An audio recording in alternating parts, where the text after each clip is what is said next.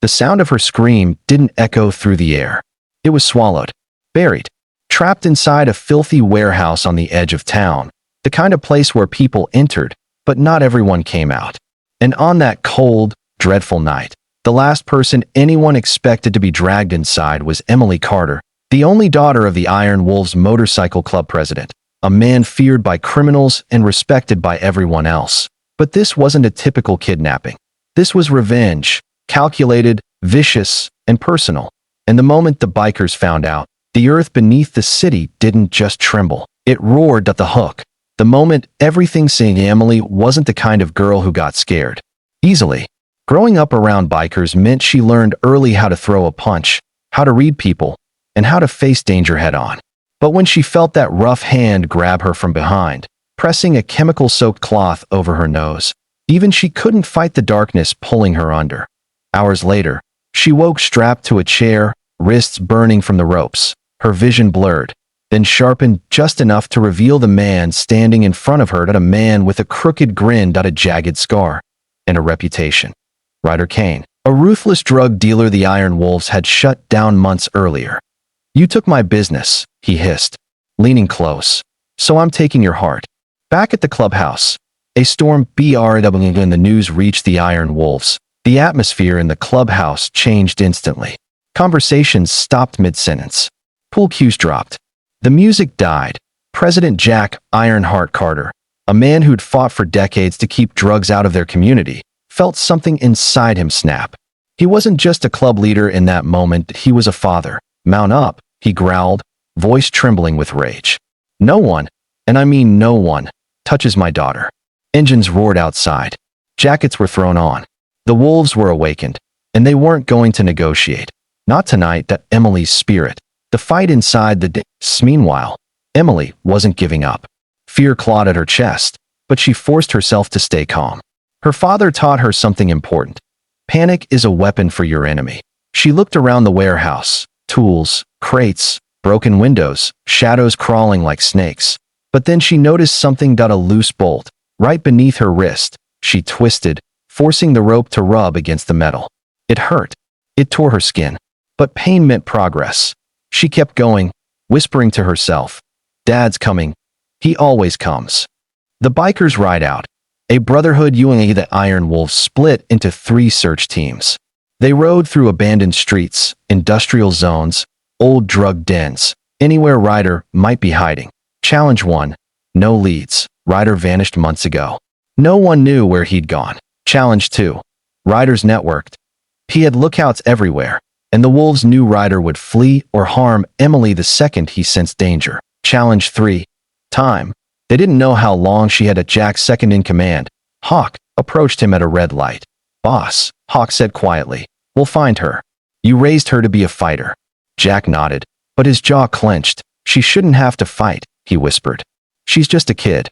A break in the darkness. Unlikely HLP. Just when all hope seemed to be slipping, a homeless man near the old rail yard waved them down. His beard was tangled, clothes ragged, but his eyes sharp. "You looking for a girl?" he asked. Jack nearly jumped off his bike. "You seen her?" The man pointed toward an abandoned logistics hub. Heard screams. Real scared ones. Jack slipped money into the man's hand, but the man shook his head. "Just bring her home." And with that, the wolves knew where to go. Inside the warehouse, Ryder's threats grew darker. Emily's wrists were bleeding now, but she was close. Just a few more twists. Ryder returned holding a phone. "Let's see if Daddy answers," he sneered. He dialed. Jack's phone rang instantly. Ryder clicked speaker. "Enjoying the hunt, old man?" Ryder mocked. "Come any closer, and the girl disappears forever." Jack's hands shook. "If you touch my daughter—" "Oh, I won't," Ryder interrupted. "Not yet. Wouldn't want to ruin the fun." Then he hung up. That Emily's heart pounded. She didn't want her father to come alone. She needed to free herself. Now. And with one final twist, the rope snapped. The final showdown. The wolves said that Iron Wolves approached silently. Engines off, boots crunching gravel. They surrounded the building like shadows in leather and steel. Jack signaled point 3, 2, 1. The wolves burst inside, roaring with fury. Ryder's men scrambled. Metal clashed. Shouts echoed. Bodies fell. Emily ducked behind a crate as a biker tackled one of Ryder's guards. When Jack saw her, his breath caught. Emily. Dad. He ran to her, wrapping her in a hug so tight it nearly crushed her. Tears he'd never allowed to surface flowed freely. But Ryder wasn't done till he emerged from the shadows, gun raised. You ruined everything, Carter, he screamed. Jack shielded Emily, bracing for the worst, when a sudden thud echoed. Hawk had knocked Ryder to the ground with a wrench. Mess with the wolves, Hawk growled. You get the fangs.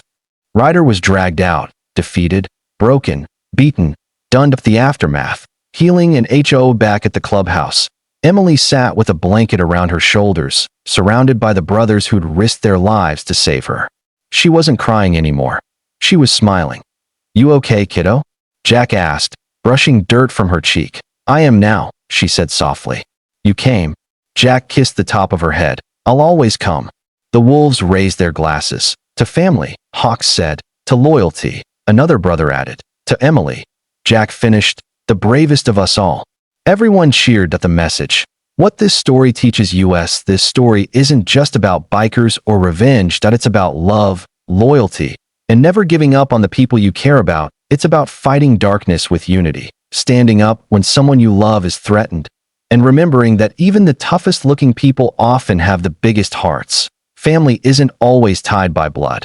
Sometimes it's tied by loyalty, courage, and sacrifice. Call to action for your saying if this story touched your heart, if it made you feel something, or if you believe in loyalty and love.